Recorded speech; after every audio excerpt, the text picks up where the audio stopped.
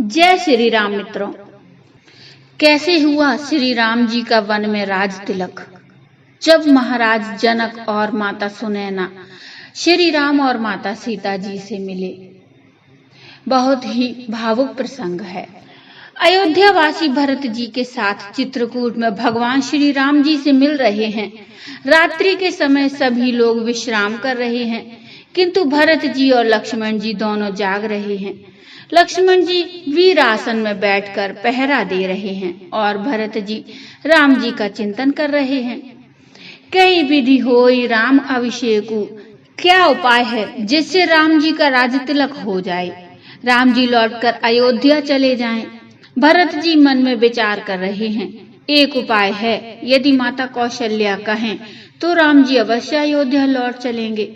मैं प्रातः काल माता कौशल्या से यह कहने का आग्रह करूंगा कि आप राम जी को अयोध्या लौटने के लिए कहो।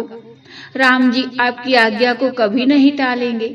कुछ देर तो यह सोचकर मन में प्रसन्न हुए, किंतु जल्दी ही उदास हो गए। सोचने लगे, नहीं नहीं, राम जी की माता को हठ करना कहाँ आता है। वह हठ क्यों करेंगी। हठ करना तो मुझ अभागे मेरी माता कैकई को आता है। राम जी की माता को हठ करना नहीं आता। राम जननी हठ कर भी की काऊ, कौशल्या माता ने तो कभी हठ किया ही नहीं। फिर दूसरा उपाय क्या है। हाँ, यदि गुरु जी कहेंगे तो राम जी अवश्य अयोध्या लौट चलेंगे। अवश्य फिर ही गुर आय सुमानी, मुनि पुनि कहब राम रुचि जानी। मन में यह विचार करके प्रसन्न हुए, किंतु कुछ ही देर में फिर से उदास हो गए। सोचा, गुरुदेव ऐसा क्यों कहेंगे। गुरुदेव तो भैया राम की इच्छा के अनुरूप बात करेंगे। राम जी की इच्छा होगी, गुरु जी वैसा ही करेंगे। वह महात्मा ही क्या जो परमात्मा की इच्छा में अपनी इच्छा ना मिलाए। गुरु जी राम जी से अयोध्या चलने का आग्रह नहीं करेंगे। इसी तरह मन में विचार करते हुए रात्रि बीत चुकी। सोचत भरत ही रैन बिहानी, प्रातः काल राम जी को मालूम हुआ जनकपुर से राजा जनक जी मिलने आए हैं। भाइन सहित राम मिली राजहि, चले लवाई समेत समाजहि। श्री राम जी भाइयों सहित जनक जी से मिले और सारे समाज को लेकर आश्रम में आए। शोक विकल दो राज समाजा, रहा न गयानु न धीरज लाजा। दोनों राज समाज शोक में व्याकुल हैं।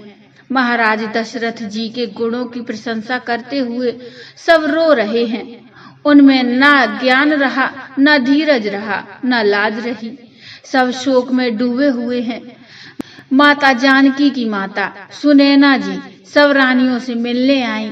वहां विधि को, विधाता को, कर्म को सब दोषी ठहराने लगे, किंतु राम जी की माता कौशल्या ने कहा, कौशल्या कह दोष न काहू, कर्म विवश दुख सुख क्षति लाहू।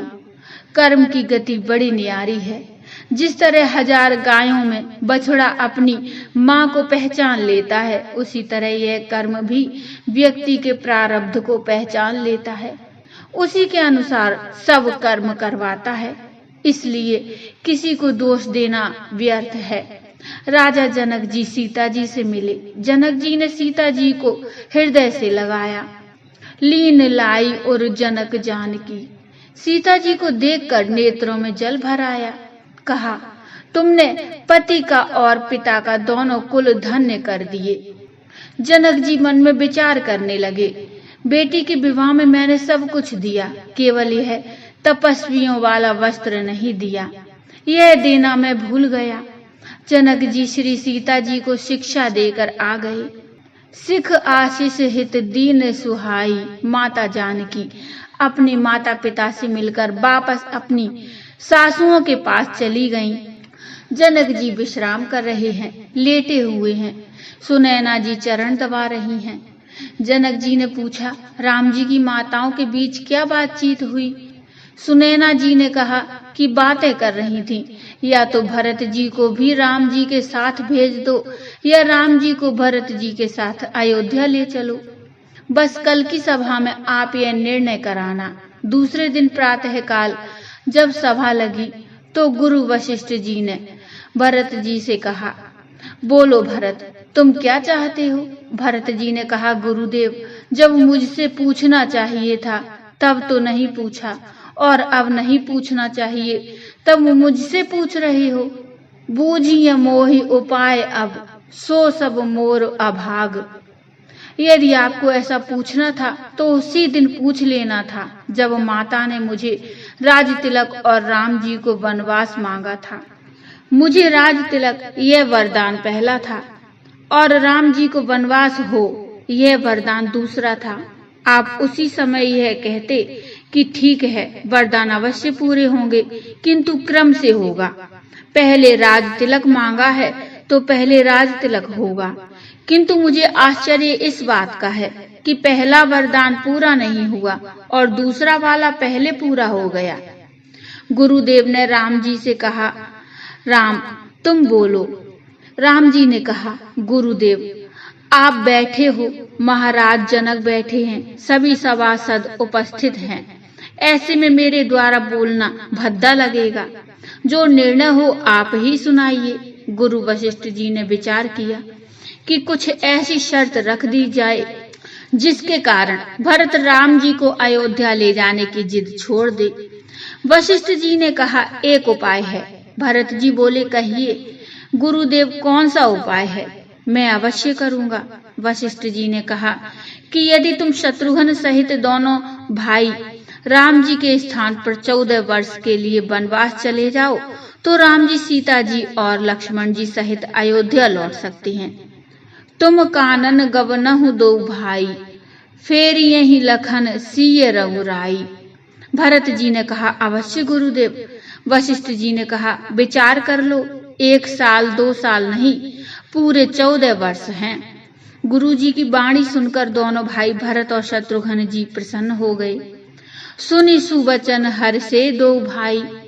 भरत जी ने कहा, गुरुदेव, 14 वर्ष तो क्या, मैं आपको वचन देता हूँ, यदि राम जी अयोध्या जाकर राज्य संभाल लें तो मैं जब तक जीवित रहूंगा तब तक वन में ही रहूंगा।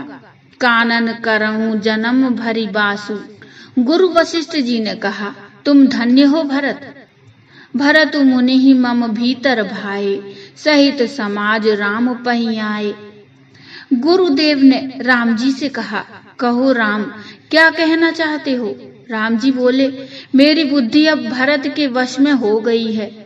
अब भरत जो कहेगा मैं वही करूंगा। मोरे जान भरत रुचि राखी।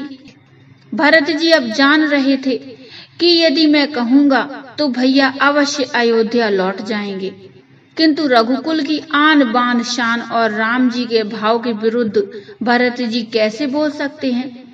भरत जी ने कहा, भैया, मैं समझ रहा हूँ और मैं ही अयोध्या जाता हूँ, किंतु मैं राज तिलक की सारी सामग्री लेकर आया हूँ। आपकी आज्ञा हो जाए तो यहाँ राज तिलक स्वीकार कीजिए। आपका यहाँ राज तिलक हो जाए, सिंहासन पर आपकी खड़ाऊ विराजमान रहेंगी। मैं केवल राज्य की सेवा करूंगा। और आप इतना याद रखना, 14 वर्ष से एक दिन भी यदि ऊपर हुआ तो मैं आपको जीवित नहीं मिलूंगा। भगवान श्री राम जी ने भरत को यह वचन दिया, भरत, मैं 14 वर्ष पूर्ण होने पर अवश्य आ जाऊंगा। इस तरह वन में ही राम जी का राज तिलक करके भरत जी अयोध्या वासियों के साथ और जनक जी अपने जनकपुर के लिए आ गए। भरत जी अयोध्या में नियम पूर्वक रहने लगे। ग्राम में बाहर नंद गांव में कुटिया बनाई और सन्यासियों का जीवन जीने लगे। नंद गांव करी परन कुटीरा, कीन निवासु धर्म धुर धीरा। सब प्रकार की भोग विलास की वस्तुओं का भरत जी ने त्याग कर दिया। भूषण बसन भोग सुख भूरी, मन तन बचन तजे तिन तूरी। तो बोलो जय श्री राम। मित्रों, श्री राम भरत मिलाप का ये प्रसंग समाप्त हुआ। यदि आप इससे आगे का प्रसंग सुनना चाहते हैं तो मुझे कमेंट में बताइए। मित्रों, यह प्रसंग बहुत ही भावुक है। आपको कैसा लगा मुझे कमेंट में बताइए। कमेंट में जय श्री राम अवश्य लिखिए। प्रसंग अच्छा लगा हो तो लाइक करिए और चैनल को सब्सक्राइब कर लीजिए। मिलते हैं एक नया प्रसंग या इससे आगे का प्रसंग लेकर। तब तक के लिए जय श्री राम।